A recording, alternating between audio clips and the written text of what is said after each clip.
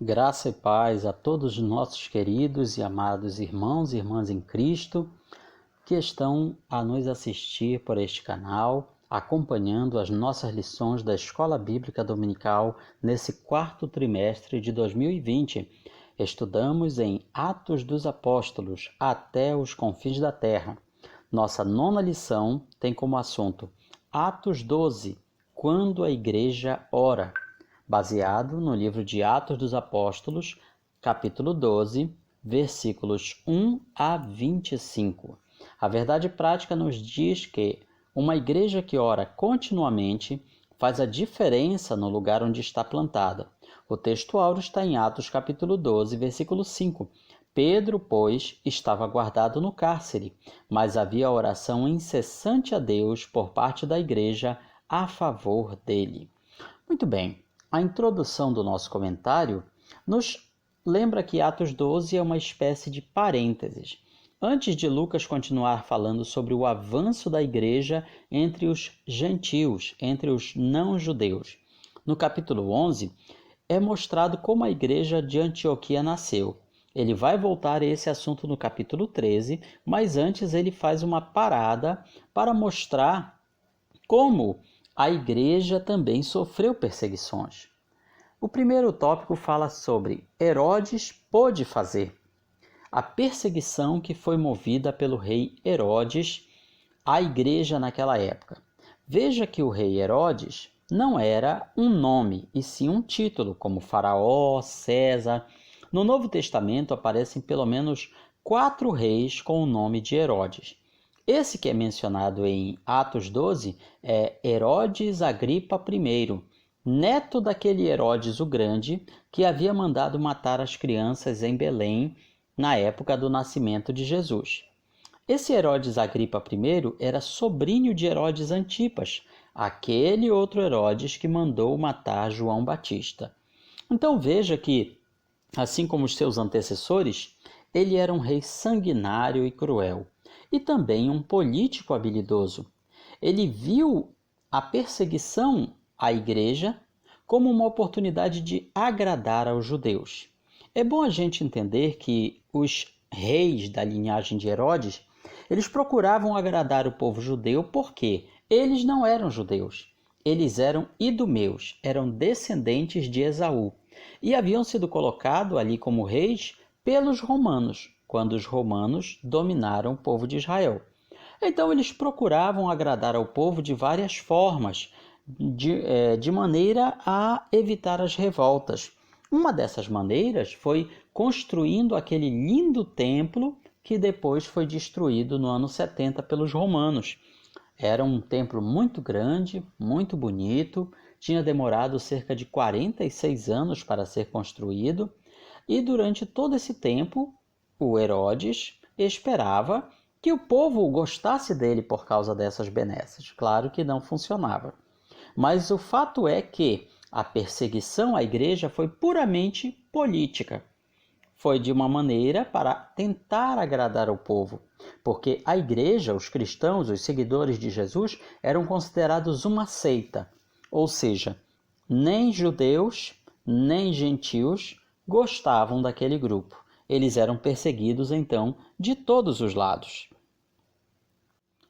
E essa perseguição começa justamente por um dos apóstolos de Jesus, Tiago, irmão de João.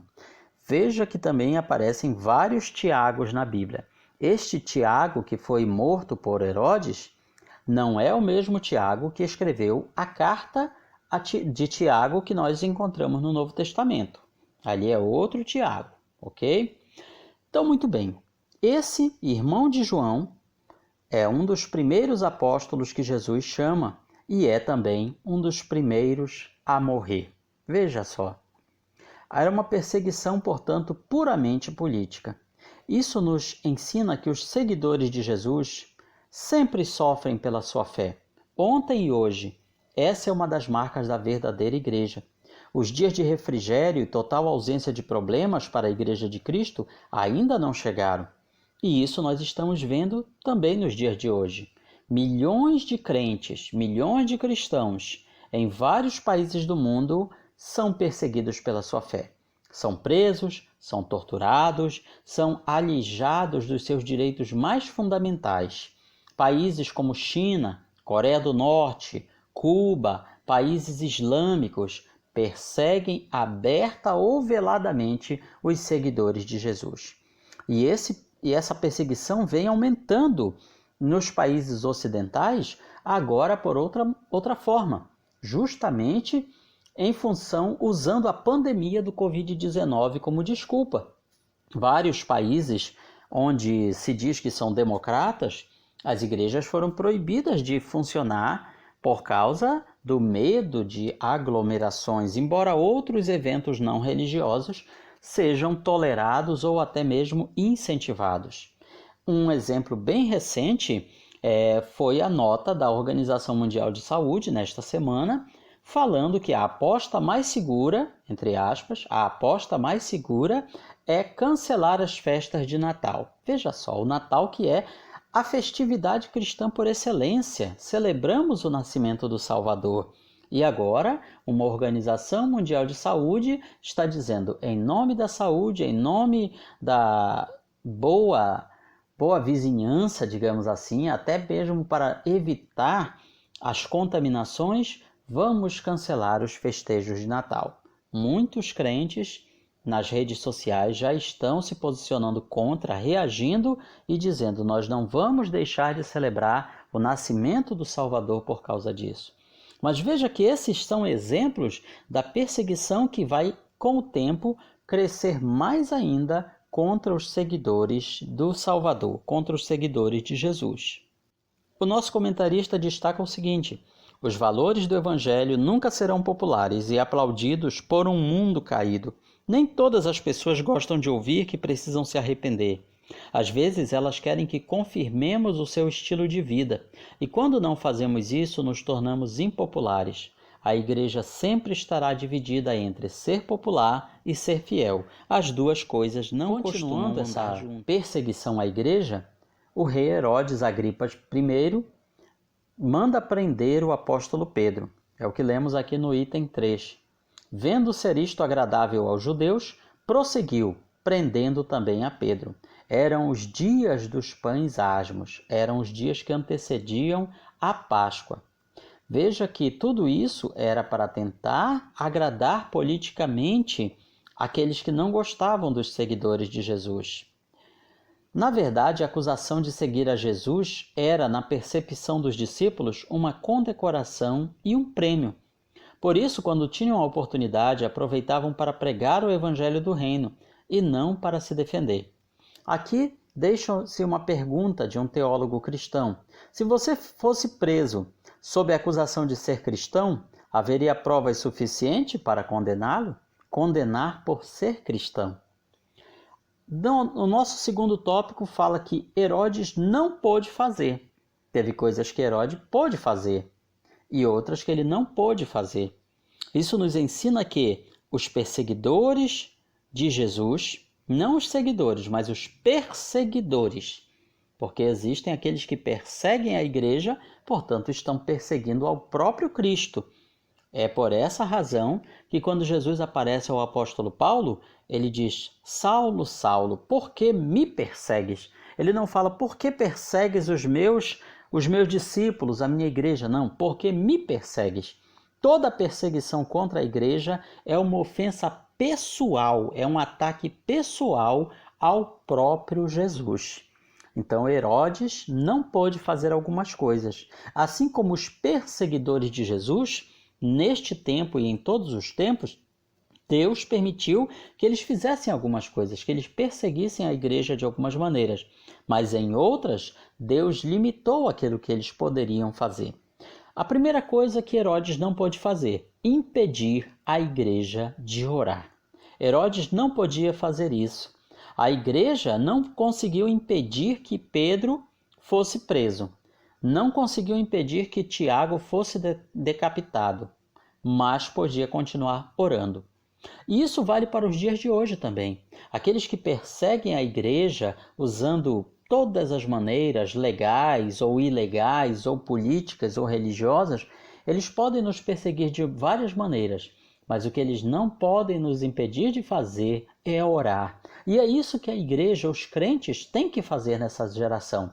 Se não podemos ir aos templos, mas podemos orar em casa. Podemos conclamar através das nossas redes sociais, podemos conclamar jejum e oração, para que Deus execute sua justiça, seus juízos sobre aqueles que estão oprimindo o povo. Oração não é coisa de pouca importância. Oração é preparação para a batalha, acham alguns, mas não é.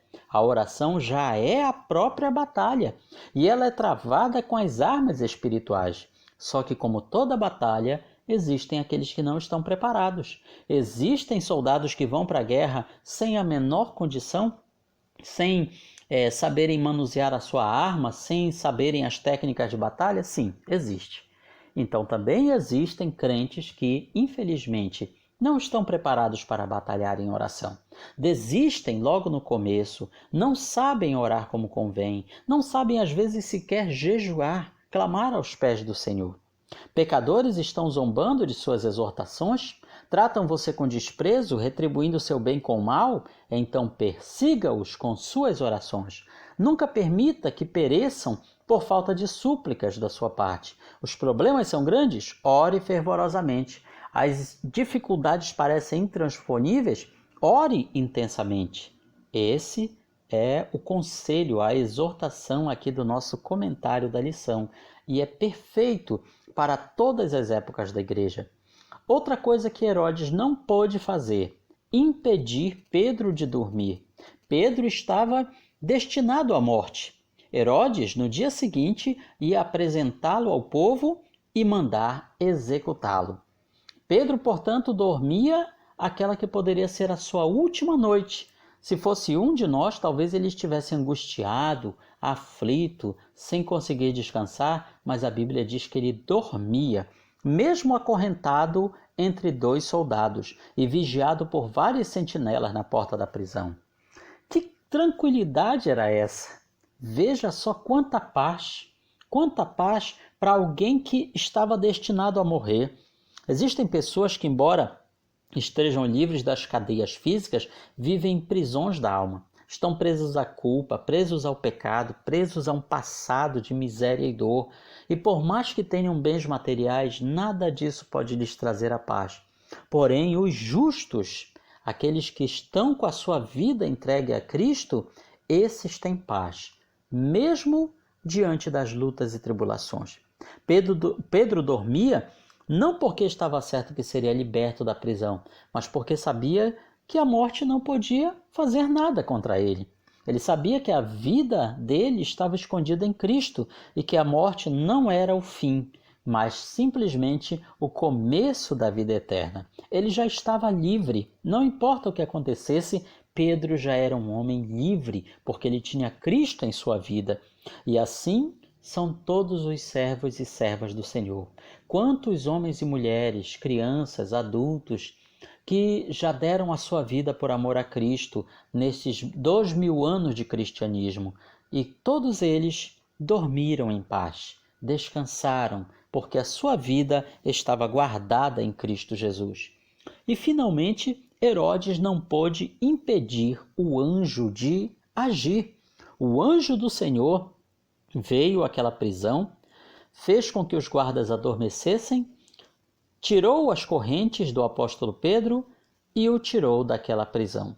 Deus intervém no último momento. Já tinham se passado 7 dias, uma semana. Pedro estava guardado no cárcere durante todo o período que antecedia a festa da Páscoa, mas a igreja não parou de orar. Quando tudo parecia perdido, Deus reverteu a situação. Deus sempre age quando nós oramos. Só que nem sempre Deus faz como e quando nós queremos. Fica, porém, a lição. Sempre que a igreja ora com fé e perseverança, os céus se movem. Não podemos dizer como Deus vai fazer, quando Deus vai fazer, mas sabemos que Deus vai fazer alguma coisa, muito além do que nós pedimos ou pensamos. Quando chega a hora da libertação, o anjo vem e Pedro está dormindo. Foi necessário que o anjo o cutucasse, digamos, o sacudisse para que ele acordasse. E Pedro, achava que aquilo era um sonho. Ele via aquele anjo e pensava, será que eu estou sonhando? Será que é verdade mesmo? E alguns perguntam, por que Deus salvou a Pedro, mas deixou que Tiago fosse morto? Será que a igreja não estava orando por Tiago? A resposta é, não sabemos. Deus tem os seus planos. Isso é para mostrar para todos que Deus é glorificado, seja quando morremos, seja quando somos salvos da morte. Quer vivamos, quer morramos. O terceiro e último tópico fala sobre a oração da igreja. Oração não é um passatempo. Oração não é uma maneira de você ganhar créditos no céu. Orar é falar com Deus. É peticionar confiantemente diante do trono da graça, baseado na palavra de Deus. Como foi a oração da igreja naquele tempo? Do mesmo jeito que ela deve ser nos dias difíceis de lutas que estamos vivendo. Primeiro, deve ser uma oração incessante, sem parar. Pedro estava guardado no cárcere, mas havia oração incessante a Deus por parte da igreja. Atos capítulo 12, versículo 5. A palavra-chave aqui é perseverança. Orai sem cessar. Orar até que Deus faça alguma coisa. Não pode ser aquilo que queremos ou pensamos, mas até que Deus realize algo, nós vamos orar. Por alguma causa, por algum motivo. E motivos para orar é o que não faltam nos dias em que nós estamos vivendo hoje. Para muitos crentes hoje em dia, oração é um peso, é um fardo. Cultos de oração estão com as suas frequências cada vez mais reduzidas. Existem até aqueles que, quando sabem que vai ter um momento de oração, principalmente oração de joelhos, chegam no culto depois desse horário, porque para eles a oração é um fardo. Mas a oração é a arma da igreja. A oração é quando a fé está operando. É impossível vencer o mundo, a carne e o diabo se não tivermos oração. Os crentes não foram para a rua protestar, não fizeram abaixo-assinado, eles foram orar. E é essa arma que nós temos que fazer uso nos dias de hoje. Há muitos motivos bem sérios para nós orarmos. O mundo está em comoção com esta pandemia, muita coisa está virando de pernas para o ar e no meio de tudo isso a igreja tem que orar. Em segundo lugar, a oração era comunitária. A igreja estava reunida nas suas casas, orando. Eles não tinham talvez um templo bonito como tem em muitos lugares hoje para orar, mas eles estavam reunidos nas casas, orando em outros lugares. A comunidade aqui não significa que eles estavam todos no mesmo lugar, mas significa que todos estavam juntos no mesmo propósito. Sempre quando eles podiam, estavam se reunindo para orar em favor da vida de Pedro. O inferno treme quando uma igreja se dobra diante do Senhor Todo-Poderoso para orar. Palavras aqui do reverendo Hernandes Dias Lopes, palavras muito verdadeiras. Existe oração secreta, ou seja, oração em oculto, oração individual, mas também existe oração comunitária, e as duas se completam. Então precisamos orar, mais do que nunca, e despertar o povo de Deus para a oração. Aqui um relato do pregador inglês Charles Spurgeon, que foi chamado de o príncipe dos pregadores ingleses. Quando perguntaram a ele por que tanto poder na sua pregação, ele apontou para o subsolo da igreja Metropolitan Tabernacle em Londres e disse: na sala que está lá embaixo há 300 crentes de oração. Todas as vezes que estou pregando, eles estão ali reunidos, orando, intercedendo e suplicando. Esse é o segredo de qualquer pregação, é a oração, é termos pessoas que oram por nós. Em vez disso, infelizmente, em muitos cultos, em muitos momentos de pregação, as pessoas estão ali como que passando algum tempo, estão ali esperando o pregador cometer algum erro numa palavra, alguma frase, trocar um versículo. Em vez disso, deveriam estar de cabeças baixas, orando, falando com Deus, para que o Senhor use aquela pessoa na pregação, use no louvor, e para que aquela pregação e aquele louvor chegue aos nossos corações com a instrumentalidade do Espírito Santo. A oração da igreja, além de ser incessante e comunitária, era específica. A oração, assim como numa grande empresa, ela precisa ter metas, ela precisa ter alvos. Eles não estavam orando de forma vaga, sem propósito, porém específica. E hoje nós também devemos ter nossos alvos de oração. As nossas orações não têm que ser mecânicas, repetitivas, nem vagas, nem genéricas, mas sim fervorosas e específicas. E assim como Deus atendeu a oração daquela igreja, enviou seu anjo para libertar Pedro, assim também o Senhor hoje pode atender a oração daqueles que realmente o buscam. Conclui o nosso comentarista com uma aplicação pessoal. Oração é a expressão da comunhão com Deus. Ela sustenta nossos irmãos em Cristo em meio às dificuldades e sofrimentos. Como vai a sua vida de oração? É uma pergunta que cada um de nós deve responder para si mesmo e analisar se estamos com a nossa vida de oração realmente como uma vida ou se ela está apenas uma sobrevida, está como uma vida amparada por aparelhos, que às vezes são as orações das outras pessoas por nós, mas nós mesmos não temos às vezes uma vida de oração, estamos sobrevivendo por aparelhos. Que não seja assim, que nós tenhamos uma vida plena de oração na presença do Senhor. Então que Deus possa nos abençoar através desta lição, que ela seja como uma boa semente caindo nos corações de todos. Você pode também visitar a nossa página na internet, palavravivaefiel.blogspot.com, onde você poderá encontrar todas as revistas da Escola Bíblica Dominical desse trimestre, de todas as classes. Deus abençoe a todos, em nome de Jesus.